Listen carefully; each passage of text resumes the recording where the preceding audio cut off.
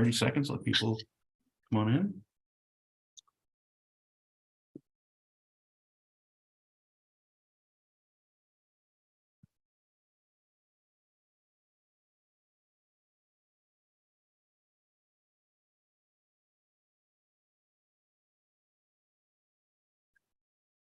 Hi, everyone. We're going to give people a few more seconds to connect, and then we'll get started. So appreciate you logging in early and being ready to go.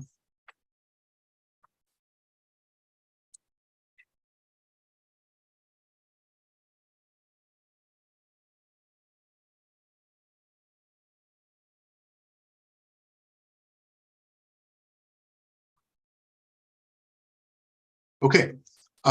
Thank you all for being here. The Great Decisions Speaker Series focused on energy geopolitics. We are here today. My name is Stephen Bagwell. I'm an assistant professor of political science at the University of Missouri in St. Louis. And we are joined today by Dr. Andrew Dennison, who is the director of Transatlantic Networks, which is a center for foreign policy consulting and education based in Königswinter, Germany. The Transatlantic Networks research explores the possibilities and limits of globalizing the transatlantic partnership. Dr. Dennison received his PhD from the Nietz School of Advanced International Studies at the Johns Hopkins University in Washington, D.C., his master's degree from the University of Hamburg, and his BA from the University of Wyoming. From 1980 to 1986, Dr. Dennison served as an engineer in the Wyoming Army National Guard. He grew up in Laramie, Wyoming, and is a passionate bicyclist, backpacker, skier, as we were just learning, husband and father of 2 sons.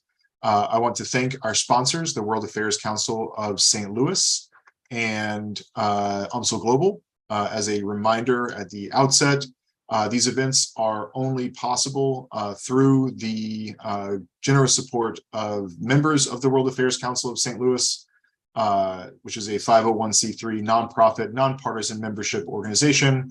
It connects the citizens of the St. Louis metro region to the world. It was founded in 1948, and its mission is to offer programs which promote understanding, engagement, relationships, and leadership in world affairs. Please consider becoming a member. I'll give you another reminder at the end to do that. You can learn more on how to become a member and learn more about the World Affairs Council itself, or learn more about UMSL Global at links that are now available in the chat. With all of that said, I will turn it over to Dr. Dennison, and he'll talk for about 20 minutes, and then we'll have a Q&A. Please use the Q&A feature on Zoom so that it's easier for me to sort of moderate the Q&A afterwards. Look forward to the talk. Dr. Dennison, thank you so much for being here. Well, thank you very much. This is great for me. I appreciate you all organizing this. World Affairs Council in St. Louis. I know St. Louis is the gateway to the American West, so maybe the World Affairs Council and your universities and your participants, you're kind of like a gateway for St. Louis to the world, bringing the world a little closer to St. Louis and St. Louis a little closer to the world. And probably both are better for it. So I'm very happy to be able to talk to you. This Great Decisions project is also something that's long been dear to my heart. As a graduate student, I'd go back to Laramie in the summer, and they'd have there in the public library where I met my German exchange student future wife, they'd have the Great Decisions program there. And, you know, the professor from the university would be leading a group of 20, 30 people through some issue of the day. And I like the book too. And in Germany, you know, I do live in Germany. I've been a foreign policy analyst in Germany now for 25 years. And participate in the discussion in Germany as I can speak German. In Germany, the question is often, how do you mobilize the German public to think clearly about security and strategy and sustainability? And, you know, to make it kind of a societal thing and not just a government thing. And I point to Great Decisions. You know, when I talk to German soldiers, I say, hey, if you want to go out to the public, look at that model. What a great way to engage the public. So now I get to open open this discussion, 2023, with the topic of energy and geopolitics. Yeah, energy and geopolitics. Of course, there's a wide array of issues involved with this, as I'm sure you all know. I am, by the way, now in Colorado. I flew in yesterday from Germany, out of Cologne, Munich, Denver. So it's a little dry up here. You have to bear with me if I take a drink once in a while. Okay. Anyway, the question of energy and geopolitics is, yeah, you could say central to the future of humanity, the little spaceship Earth and its destiny. How exactly we define energy and geopolitics, I'd like to start with that. And just after briefly touching on that, I will reflect on the readings and the video, the reading and the video. We had an article from the Great Decisions book and a video by a professor from Florida. Just pick up a few points there, and then I'll go to talk about the consequences of the war in Ukraine, the war in Europe. It is like a shadow over us all. Its consequences for global energy security and geopolitics. Okay. And then take questions.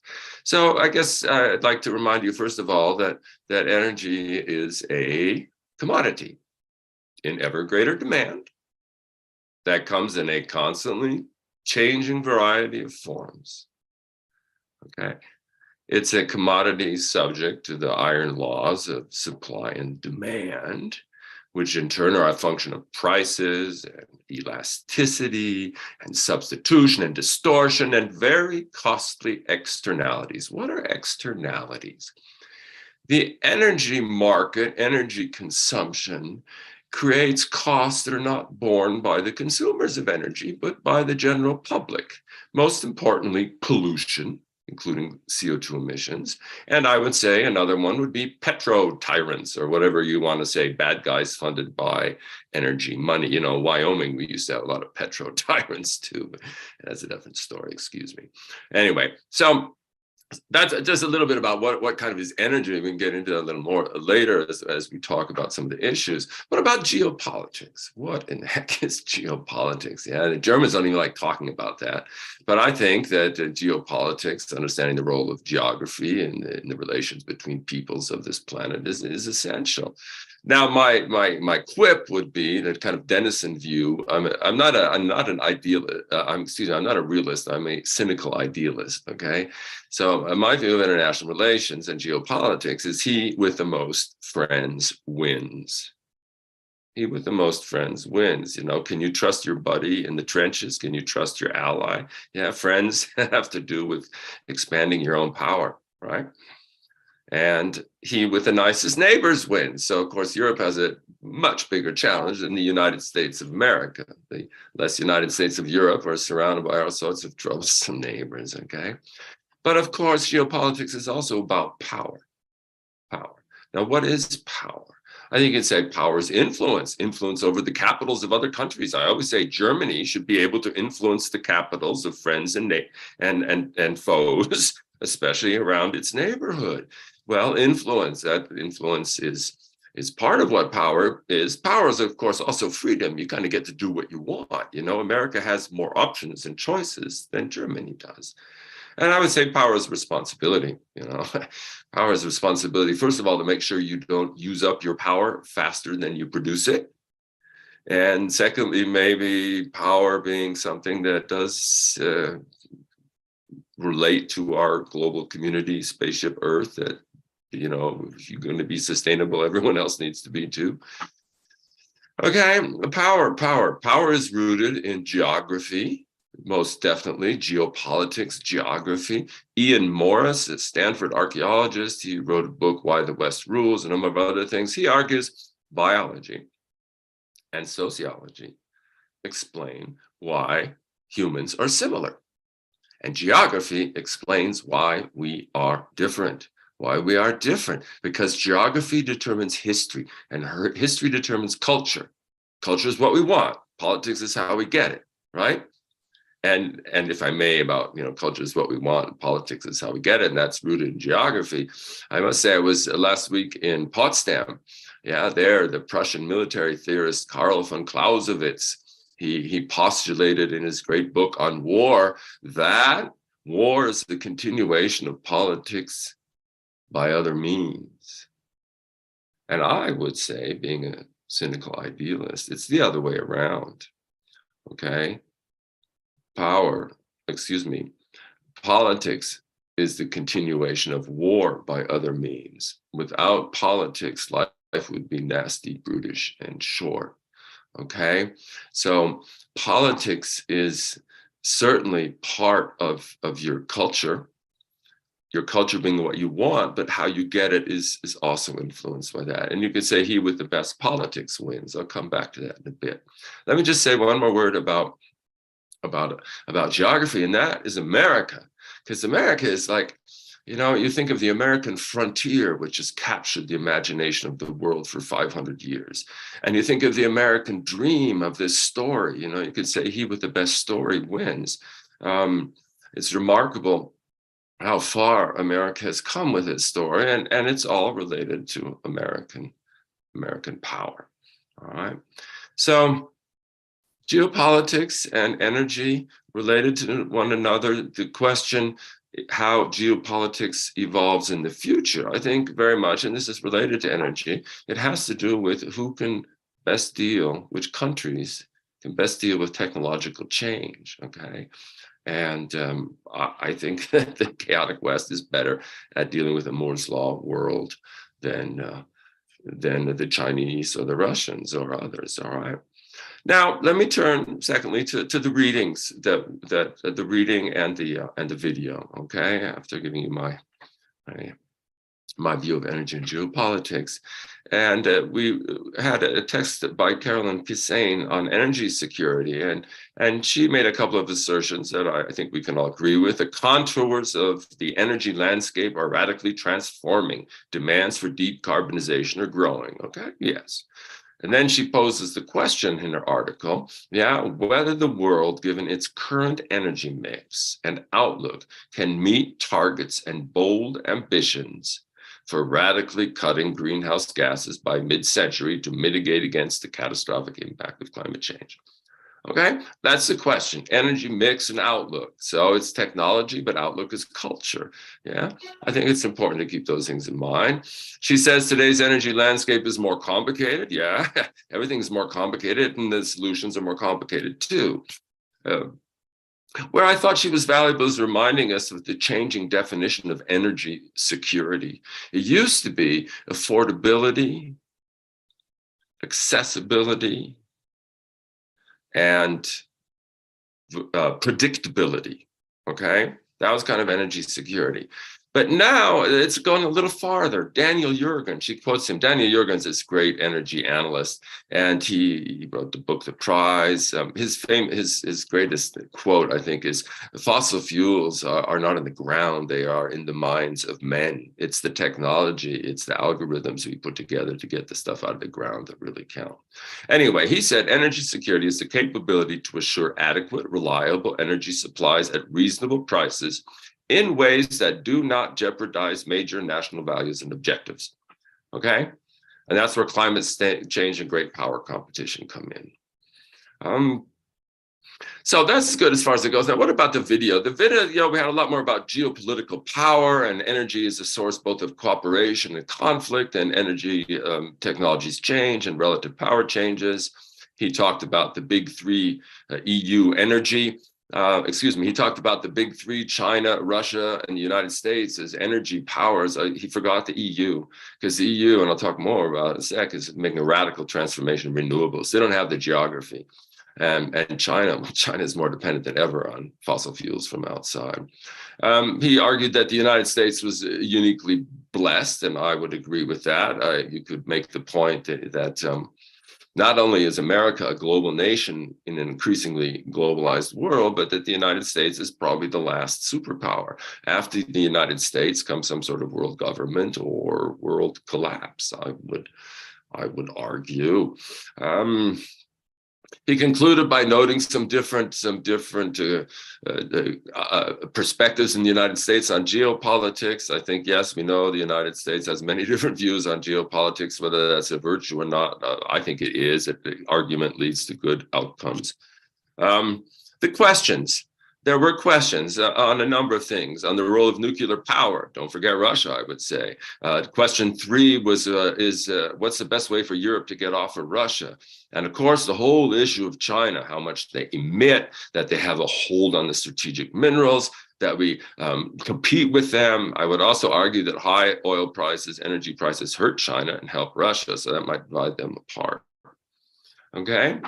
Now, in addition to those readings and those questions, we can come back to them in class. I would point to the International Energy Agency's Net Zero by 2050 report, okay? Because that's kind of like a baseline of where we are on reducing climate change.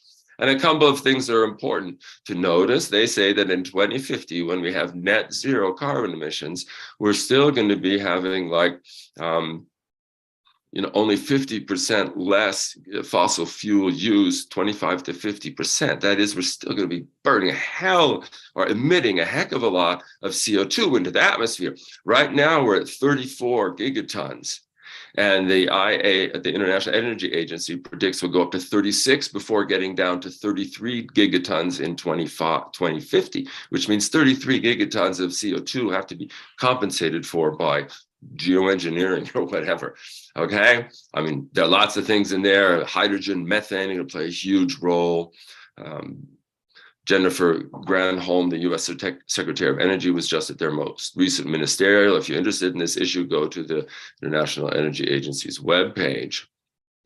Another really good article, and this will bring me to the discussion of the war, is called The New Geopolitics of Energy, and it's by Jason Bordorf and Megan O'Sullivan in the January-February 2022 issue of Foreign Affairs, before the war. But they lay out, I think, the basic issues of the energy transition, the decarbonization, all the market challenges, all the political challenges in a nice, clear, analytical way. So it's very valuable. But they conclude, let me take a drink here. They conclude, before the war has begun, the quote, but perhaps the greatest risk of failing to identify and plan for these pitfalls of the challenge of the transition, right? That, got to get companies to invest in fossil fuels a little bit longer before we get to non-fossil fuels. The pitfalls come if national security concerns come into conflict with climate change ambitions. If that happens, a successful transition might not take place at all. If national security concerns come into conflict with climate change ambitions. So like the dilemma, right? Either you stop climate change or you protect your national security. What has happened? Okay? This war has not led to the abandonment of CO2 reductions. The exact opposite has happened. And this is really radical, okay? An article in The Economist from like a month or so ago, the title, War and Subsidies Have Turbocharged the Green Transition.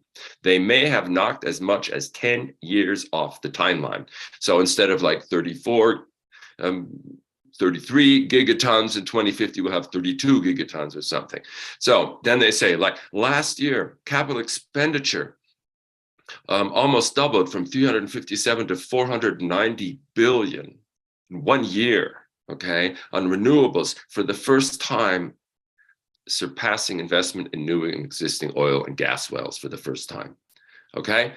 So basically, they're arguing, because McKinsey and others, that and I think it's Europe too, really, that this transition to renewables has had a remarkable impact on preventing climate change. We're not there yet, but it has really moved across the board, the needle, in many ways no one would have expected.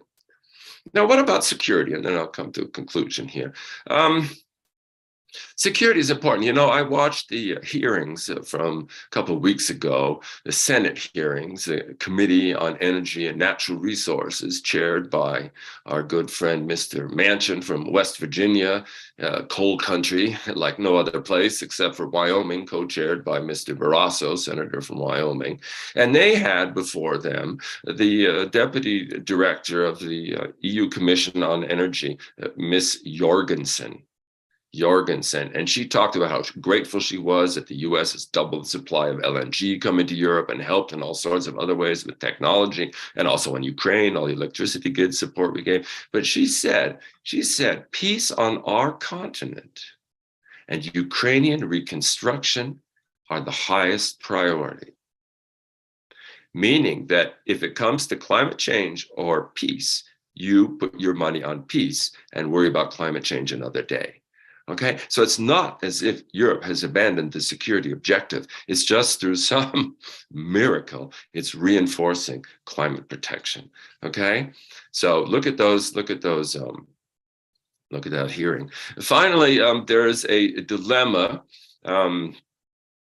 Well, two dilemmas, excuse me, just real quick. If you sanction Russian oil, then the price goes up, okay? And then Russia has more revenues. And Russian revenues have barely gone down, although their production has gone down a bit, all right? So that's a dilemma. But I think with the price caps and stuff, we're getting on top of it. Europe is largely off Russian gas. We heard in the video, zero, no, it's not zero, 10% still comes from Russia out of Ukraine, oddly enough, all right? But Europe has really remarkably avoided what everyone, except for me, because I believe in the fluidity of energy markets, thought would be a terrible catastrophe, an energy disaster that would pull Germany out of the coalition, for example. Instead, industrial production is up in Germany, and it really happened. So somehow we managed that, thank goodness.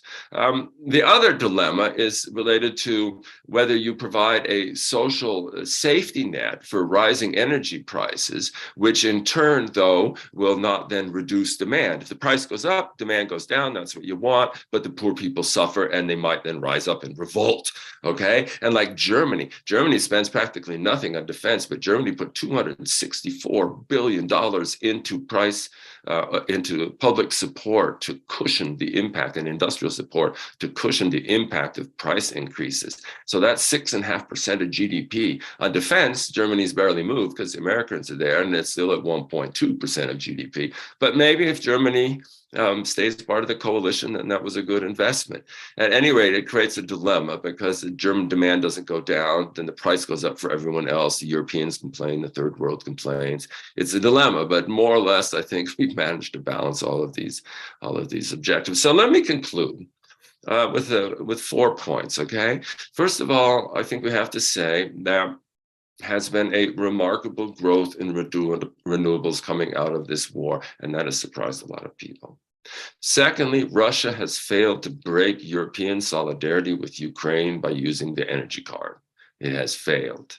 And from day to day, Russia's energy card becomes weaker. They will never be able to scale up to provide India and China with that, which before they were making from Europe. Number 3, I think we have seen the United States of America and the less United States of Europe working together at their best. Whether that's Biden or just the danger of the moment, and Trump maybe would have been awful, but who knows? But anyway, all of the objectives that people on both sides of the Atlantic have had about how Europe and America could cooperate more, they seem to be coming to fruition. And in particular, I think that Washington has worked with reluctant but powerful Berlin in a very valuable way, and bringing Germany along slowly, yes, old role of being mediator and one carrying all the concerns is hard to give up. But I remain confident that Germany will rise to this new role of peace on our continent, reconstruction of Ukraine. And finally, the global coalition for energy security expanding beyond the Atlantic has strengthened and strengthened significantly. And by energy security, I mean also energy forms that are acceptable in that they meet our climate protection goals. That energy security has strengthened. There are many, many challenges still ahead. we can talk about those in the question and answer session. But if I had been asked a year ago, just after the invasion of Ukraine, whether the Russians would be on their back feet in Ukraine, the energy prices would be back down, Europe would be importing LNG and doing renewables like we've never seen before, I would have said, yeah, predictions are difficult, especially about the future, but that doesn't seem very likely. So here we are. Thank you very much for your attention. I look forward to your questions and to the discussion. All right. Thank you, Dr. Dennison. So we've got a couple questions in the Q&A, and I've got a couple sort of as I was listening. So I'll start with the ones from the Q&A. Linda Kurtz asks or says that she's heard that Germany has set up agreements which will make them independent of Russian oil, even for this winter and beyond. How much of that, you touched on this a little bit about sort of growing Germany energy independence, but how much of that is hype versus fact? Yeah, you got to look at the numbers. That's very important because as always, there's a lot of hype in the big global echo chamber. But on coal and oil, yes, I do believe, to the best of my knowledge, that that is really down to pretty much zero, but there's always a black market, for example, via Turkey. But for Germany, that's that way. There's still reservoirs of Russian oil. So if you get it put into your house, the heating oil, it's still Russian. But on gas, not yet. And ironically, it's that pipeline that goes through Ukraine. So still a radical change. Okay, thank you. Another question from Anthony Tompras. How long do you think Germany can subsidize the energy portion of their economy? Yeah, that is a good question. The first answer would be as long as necessary. I don't think it will stop. Governments, limited good governments, accountable governments, subject to parliamentary control, et cetera, they invest in infrastructure, okay? And they invest in infrastructure because private investors always aren't into that kind of long-term risk, but they invest in infrastructure at the risk of picking the wrong winners and losers and all the problems of unintended consequences. Nevertheless, they do it. So Germany will continue to do that. The next question you could ask is, will Germany get better? For example, there are 8 times as many windmill projects waiting for permits as there are under construction. Yeah, we could work on that front. Are we going to get a little bit more European instead of just subsidizing the German economy at the expense of the others? I would hope so. And I think that is coming. But the subsidies will continue, and one hopes that investigative journalists and opposition political parties and NGOs continue to keep an eye on those subsidies because, yes, corruption is the root of all evil. So I want to ask a follow-up to that, actually. You mentioned potentially starting to subsidize the rest of Europe.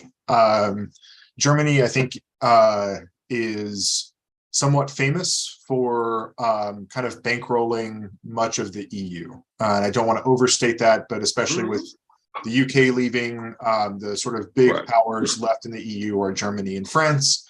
And that's where a lot of the capital comes from that finances development in the rest of the EU. And there are benefits to that for Germany. I don't want to downplay that either. But with Brexit happening and Germany having to play an even larger role potentially in subsidizing the rest of Europe, do you think that that is going to create significantly more tensions within the EU?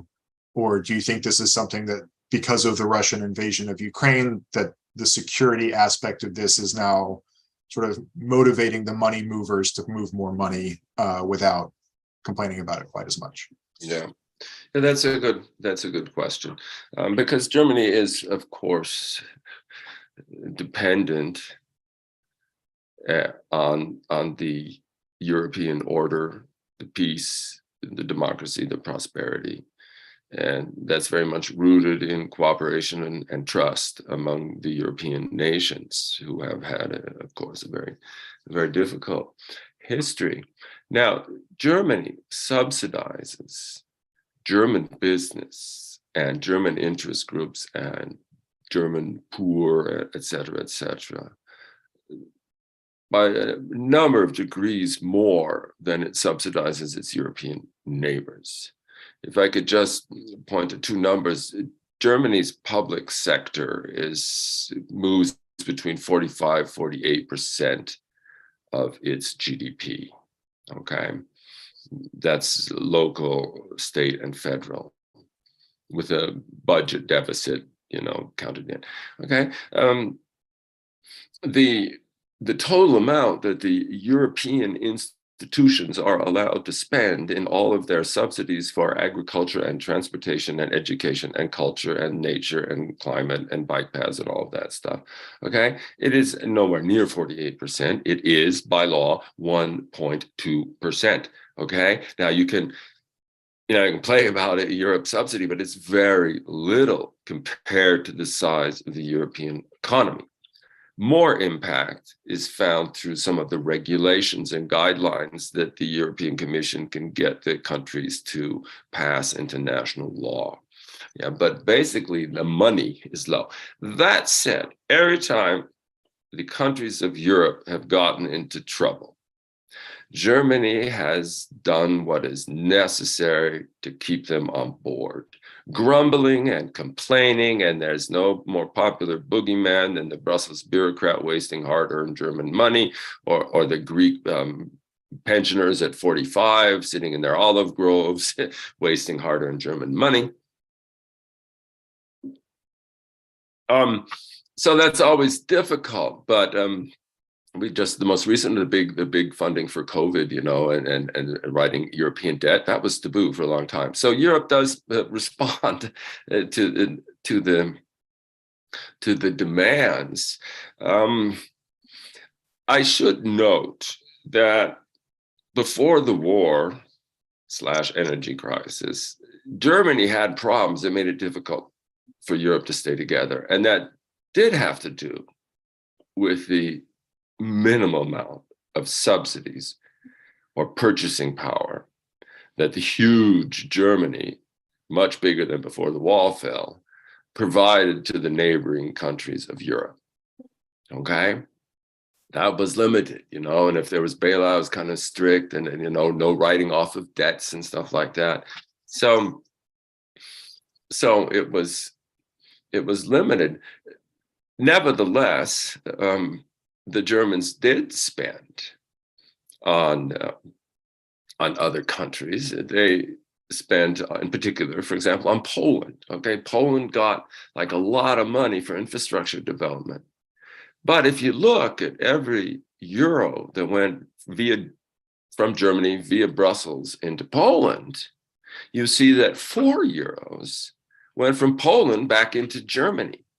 I say €1 for the Polish freeway and 4 euros for the German cars. Okay, because Germany is in Europe in a situation of what I would call chronic trade, current account surplus, all right, because the other countries can buy a lot of German stuff, but they can't sell much to the Germans.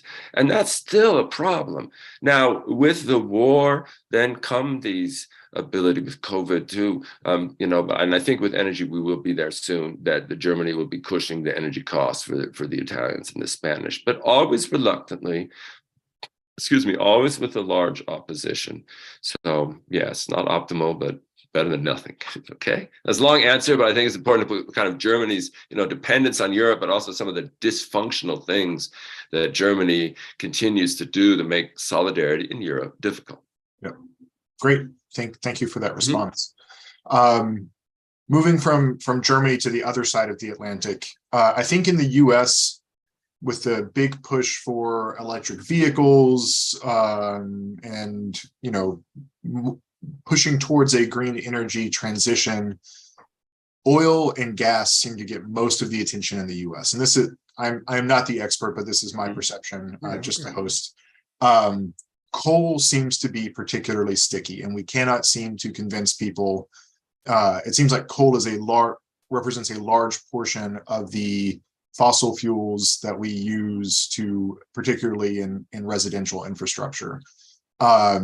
What is, in your opinion, the best way to sort of move around that pushback or navigate that pushback from coal miners who have been doing it for generations and potentially losing their jobs. How can we in the US navigate all of that? Yeah, well, that's a good question. And, part of this new energy era is American dominance, for better or worse. One of our readings said, oh, energy dominance is bad. But anyway, America is just the biggest producer of gas, oil, and I think we're still there with coal, too. Of course, there was an incredible coal slump.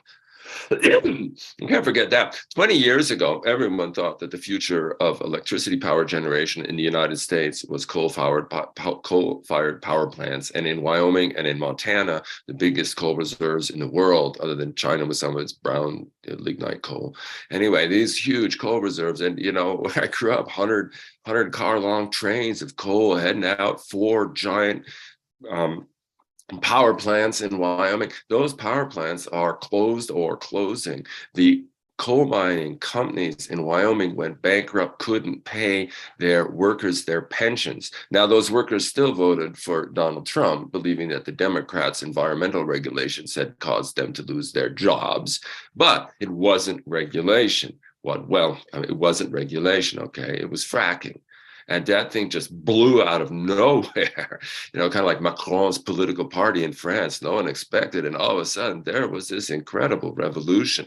And look at what America has done to itself, and in terms of CO2 as well. So what happens to the coal? I remember last summer, I watched that coal and knew it was going to Germany. Our questioner before had said, Germany getting off of Russian coal. You bet, that's freedom coal. That's freedom coal going to Germany. A lot of that coal used to go to China before. It was cheaper for China and a little cleaner to get the trained in, shipped over Wyoming coal than it was to dig up their own coal. And, China's got a fleet of coal-fired power plants that should make us all very nervous. So now what's happening is Wyoming is becoming the wind capital of the world. And now in Little Laramie Valley, 700-foot tall wind masts are going in this giant prairie with, alpine mountains in the distance. It used to be a beautiful view. The ranchers and the environmentalists are all for it. The people who own the big mansions on top of the ridges are against it, but they're not Wyomingites anyway. So anyway, that's kind of where we are. The other thing that's crazy is something that's very hot. Also in that Senate hearing, again, they made big emphasis, and that is small modular nuclear reactors. That a lot of the East Europeans want to get into that quickly. And Bill Gates is financing a project to hook up one of those things to one of those old coal-fired power plants in Wyoming, right into the grid. The grid's all there. Here we go. And that is lucky that where once coal produced power, now in Wyoming, it's wind, and then nuclear probably is coming too. So that's a big future. One downside of the nuclear, if I may remind everyone, is that the nuclear production, enriched uranium, all that kind of supplies, building the power plants, servicing the power plants, that's in Russian hands, like by more than half. Westinghouse has a steep learning curve. So that's another challenge, but nuclear is definitely part of it. Your question, though, is what about the future of coal? And certainly John Barrasso is going to do, our senator from Wyoming, is do everything he can for coal sequestration and clean coal and this, that, and the other thing. And I remind you, the world will be burning coal in 2050. Yeah, the economy may grow by leaps and bounds, and the percentage of coal in that economy, or per dollar, is less. The energy efficiency is better, but coal, oil, gas will all be part of the mix in a big way in 2050. Great, thank you for that. Another question that I have, moving from Germany and the US now to a more global sort of geopolitical thinking. There are a number of emerging industrial powers. China's the one we spend the most time thinking about and worrying about, but India, Brazil, South Africa, maybe Nigeria, and a few others are also sort of ramping up their economic development, industrializing. And it seems to me like one of the biggest ways to promote energy security and security more broadly is to make sure that they don't end up reliant on Russian energy exports as well. So how do we balance sort of, I'll use India as the prime example here, but how do we balance sort of India's growth, India's developments, and they're well within their rights to seek whatever form of development that they want, but how do we balance that sort of as hegemonic power, as you said, potentially the last great superpower. How do we balance that with maybe protecting intellectual property from green energy providers, or how do we keep them from turning to Russia to accelerate their growth? Well, I guess I'd like to approach that from the question of the role of what we used to call the third world, the developing countries, the emerging economies, changing all the time in relative power and influence, certainly between China and India. There's an incredible dynamic going on there. It's a challenge we had with the non-aligned movement during the Cold War, where the main competition was between Moscow and Washington, but Beijing was always there, and I've always said there's more continuity than change in international relations today. The United States of America, less United States of Europe and Asia, are trying to contain, deter, and engage ancient empires armed with nuclear weapons, China and Russia, keep them from cooperating, keep them from causing trouble. We have the good fortune that most of those neighbors of those ancient empires would rather work with us than with the ancient empires. Okay, nevertheless, the ancient empires are ravenous. Okay, because they have a different view of how neighbors should behave. Maybe, I mean, I think Mexico, United States, we don't do what Russia does to Ukraine. Okay, so back to the question then of Russia and China. So will Russia be able to find alternative consumers of its oil and gas? To a degree. The higher the price, the more likely that will happen. One problem is scaling up. China is not immediately going to have Russia providing its oil and gas. It will still be dependent on shipments via the Strait of Hormuz and the Straits of Malaga, and those are controlled by the United States. China is also dependent on American food, but that's another thing. All right, so China will try, but China doesn't want to be dependent on Russia either, and happiness is multiple sources there. And then you got to factor in India. India has always played Russia against America and done pretty well at it. So now, in addition, what can the United States do? The more trouble Russia's caused, the more anger there is and frustration with the Russians, the more that we will turn to secondary sanctions on people who are financing Russian fuel, on companies that are buying it that also want to make money in America, then they can't anymore. The insuring of the ships, you can do a lot more there. And I'm sure there are a raft of other things, that can be done so that Russia is not going to be benefiting from all the third world countries.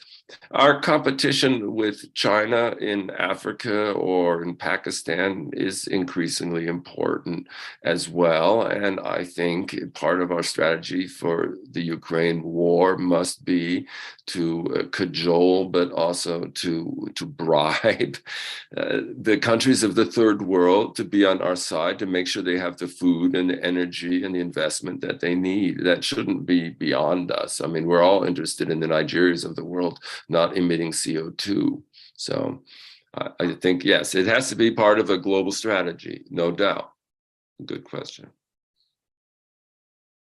Thank you. For those of you in the audience, if you have other questions, feel free to put them in the Q&A. If not, I'll continue to. Yeah, thank you for conducting an interview for your shy audience. Yeah. I need to be more provocative, maybe. I can tell. I can tell them what I heard at a demonstration in Munich. America is responsible for this horrible war in Ukraine. So, anyway, ask me your question. Yeah, so I guess this is a broader question, but what role do you see nuclear energy playing? It was really popular for a couple of decades, and then it seemed to get really unpopular for a while, and now it's better than relying on Russian gas. And so, it seems to be having maybe a little bit of a mini resurgence at the moment. Do you ever see, nuclear power, really stepping in and replacing a really big chunk of what we're relying on fossil fuels for now? Or do you see it more in the renewable space? Yeah, that is a good question. Basically, the mainstream approach is all of the above. the net zero emissions report, all of the above. Certainly everything you can squeeze out of nuclear, take it, okay? Sorry about Germany shutting down its plants. Well, we keep running a little longer, but take it. So then the many concerns. There was an article in Foreign Affairs a year or two ago that made the case that you cannot scale up nuclear power to the degree that we need to. Therefore, renewables, conservation, whatever. Okay, and I'm just talking about fission. Other people come in and say, yeah, of course it's difficult. Everything's difficult, but we have some possibilities, and that's where Bill Gates comes in with his small modular reactors that can be mass produced, that are modified in a different way with sodium, so they're less dangerous, they're more automatic, and they're shut off, all that kind of stuff. So yeah, it's got to be part of it. Now, in the same way, of course, there are people who don't like these transition technologies, or maybe it's not even a transition technology, the anti-nuke people. I think that's moved. But some people say, oh, if you think you can solve the problem with nukes, then you're not going to conserve enough energy. And there is something, there's this dilemma economists talk about, right? That if you conserve energy and make it cheaper, then you use more of it, and it's kind of a vicious circle. So that's a complaint also with fracking, and it's legitimate, but it's about optimizing and getting a net gain at the end of the day. And that's not easy. Nuclear power, I cynically say, if it goes wrong, the plants in Russia or China or wherever, then the damage is localized in comparison with the damage that's caused by climate change. Be that as it may. And finally, I think, and also net zero would say this too, that geoengineering, from planting trees to pumping CO2 out of the atmosphere, has to be part of the equation. And that's another reason to generate huge amounts of energy on this planet, okay? Our spaceship needs a new filtration system. Great, thank you. I want to continue to pull on the nuclear energy thread, because one of the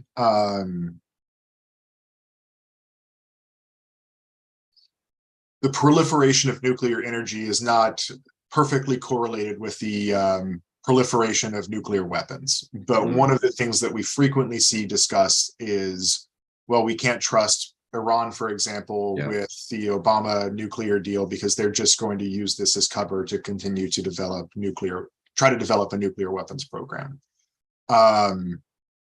What is it worth engaging with potentially bad faith actors to help them with their transition, or to help their transition, at least in some small part, moving away from fossil fuels to nuclear energy or other forms of energy? Yeah, also one of the risks, also, excuse me, it's my German, okay, one of the risks of nuclear energy is the whole nuclear fuel cycle, and the possibility that fissile material can be diverted into all sorts of bad things, from dirty bombs to real A-bombs. And that's been an issue since the non-proliferation treaties of the 60s. And then when the Cold War ended, then we had our Nunn-Lugar program to get the scientists and the technologies off of the black market as the Soviet Union was collapsing. And Obama was real big with nuclear security and getting really deep into that whole production cycle. And oddly enough, of course, the Russians are on it. And I always thought, well, that's a good way to get, if we do it kind of as energy security and everyone helping everyone, if we have good nuclear reactor technology in the United States, thanks to Idaho and others, the lab up there, then we have more influence over the fuel cycles of other countries. And we have played this with Euratom and the Europeans and looking at it. And the International Atomic Energy Agency and its inspection regimes is also, I think, a very Western-friendly institution. That it's a Gemini in a sort. The Iranians would say, hey, that's not fair.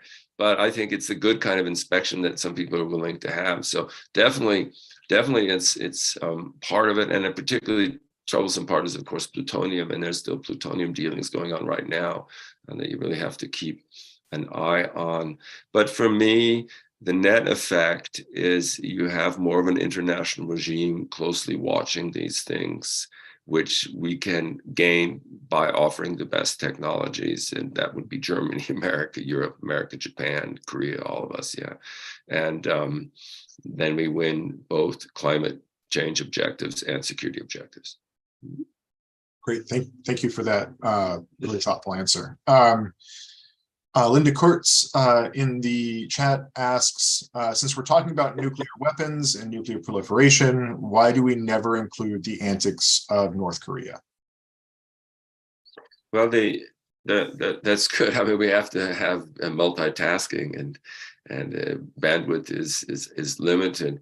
The antics of North Korea are on people's radar screens, and there is the fear that the more the West is distracted from North Korea, and North Korea is not dominating the international headlines, the more North Korea will try to attract attention to itself with some provocative act. So we can't really neglect that completely, because of course it could explode in our face. And always watching what the Koreans are doing and making sure that there are no accidents that lead to escalation, making sure that they're deterred. I hope that we're doing everything possible to get inside of their government agencies and, you know, with spies and intercepts and everything. But as important as it is to focus on North Korea as such, a place we've been focused on since the invasion of June at 50, at Mao and Stalin's behest, as important as North Korea itself is, as I said, it's part of the larger picture. It's a part of the fight for Eurasia, if you will. And China's role in supporting North Korea, you know, that can't be overlooked either. If China wanted to, tomorrow they could shut down North Korea's problem. They're afraid of South Korea taking over North Korea. Maybe, I don't know, they think it's useful to have something to annoy the Americans all the time. But it's a big part of the China problem. If we had a better leadership in China, not only would it be easier to get them to reduce their carbon emissions, but I think it would also be easier to reduce the nuclear weapons danger posed by a crazy man, Kim Jong-un, whatever, the family dictatorship. I think it's important to recognize China's role in perpetuating that problem. So I'm glad to hear that. I think China sees North Korea as a very useful tool. Like you said, if the only diplomatic access that the West really has to North Korea is through using China as a third-party negotiator, then China then becomes integral to peace in that region. Yeah. In ways that gives them really useful leverage over South Korea and Japan and the US and other allies in the area. So I think that's a great point. Yeah, and there are some people who think we shouldn't include China in those dialogues. And even Korea sometimes says, I want bilateral talks between me and Washington. I want China involved. So it is a question. I personally think, yeah, good faith in negotiating good faith. We'll hold them accountable to what they say. But yes, you should try to get people talking whenever possible. Yep. Okay, well, Dr. Dennison, thank you so much for your time and for being here. We are about out of time. So I'll give you an opportunity to close, and anything else that you didn't get a chance to address or talk about that you'd like to. A couple minutes to do that before I give some final closing remarks. Well, thank you very much.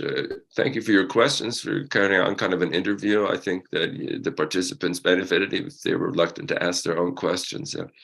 It's great what you've been doing.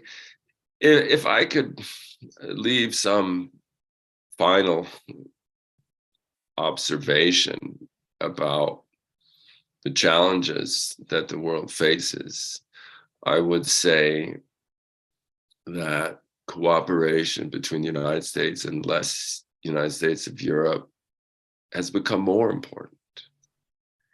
Europe is much more a part, for example, the confrontation with China. Europe is much more part of cybersecurity, ocean security, space security. Europe is much more a part of solving climate change.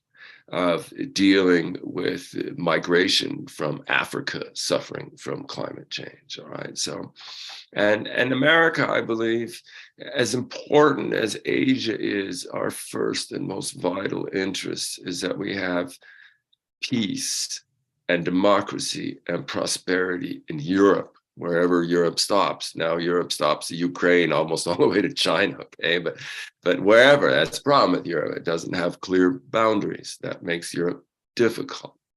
But this vital interest, sometimes the Europeans take advantage of that. They know how invested we are in European security, so they can continue their local fights and, be focused on national interests. And I often argue the United States has a greater interest in the nations of Europe coming together in Brussels than the nations of Europe themselves do. Now, why is this? Because of what I would call the hegemon's dilemma. And that is that when we stay around, whether Europe, Japan, Korea, Afghanistan, whatever, the locals take advantage of that in many ways. But if we leave, everything collapses. So, we're kind of stuck. And I think that we Americans, despite of all of our foibles and isolationist impulses, we basically know very well how to deal with these troublesome Europeans. And at the end of the day, we can help create unity in all that diversity, and that makes us stronger, also stronger in Asia. So as a motto of my institute, I believe that this Pax Atlantica, this golden age like the world has never seen, will expand, into a kind of Pax Humana, NATO and the EU together with the UN on top of it. It's a long ways, but what's the alternative? So I remain optimistic in this great Atlantic project, and I'll conclude with that. Thank you very much. Thank you, Dr. Dennison. And thank you, audience, for being here and for your thoughtful questions. I'd like to remind you once again that these programs are sponsored by UMSL Global and the World Affairs Council of St. Louis. And these programs are only possible because of the support of membership in the World Affairs Council of St. Louis. So please become a member of the World Affairs Council of St. Louis today. More information for that is in the chat. Thank you all again for being here. And as a brief plug for our next event, it will be Thursday, March 30th at the same time, focused on global famine and food security. So please join us then. Thank you so much.